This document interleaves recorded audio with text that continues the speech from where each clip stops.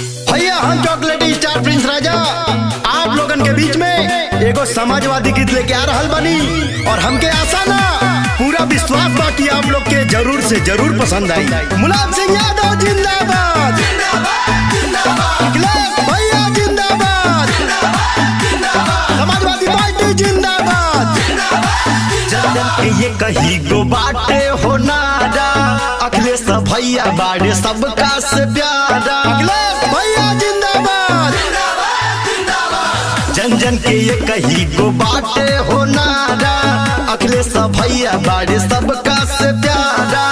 मांग दिन दिन जैसे बढ़ता बढ़ता, रखल रहे जम साइकिल पुरान, रखल रहे जम साइकिल पुरान, वही पर लोग चढ़ता। अब की बनी समाजवादी सरकार, विरोधी लोग डरता।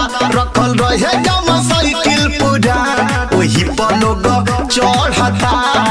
काम किया है काम करेंगे, काम किया है काम करेंगे, सदा आपका सम्मान करेंगे। मुलायम सिंह यादव जिंदाबाद, अखिलेश भैया जिंदाबाद, समाजवादी पार्टी जिंदाबाद।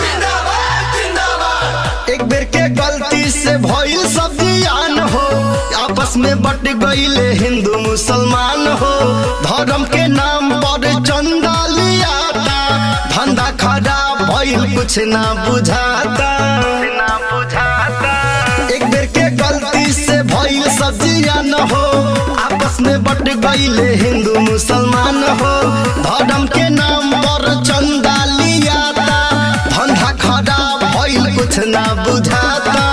सगरो कदम छाई वाला बढ़ता बढ़ता, रखल रहे जम साइकिल पुरान, रखल रहे जम साइकिल पुरान, वही पर लोग चढ़ता।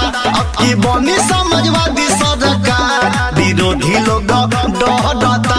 रखल रहे जम साइकिल पुरान, वही पर लोग चढ़ता।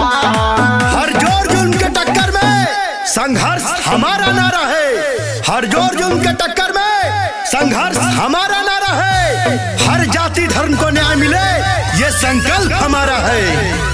मुलायम सिंह यादव जिंदाबाद, अखिलेश भैया जिंदाबाद, कौड़ी हो साथ दी हो समाज के, भविष्य सुधार लो भैया हो आज से।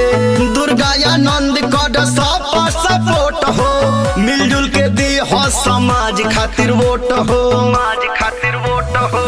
कौड़ी हो साथ दी हो समाज के, भविष्य सुधार लो भैया हो आज से।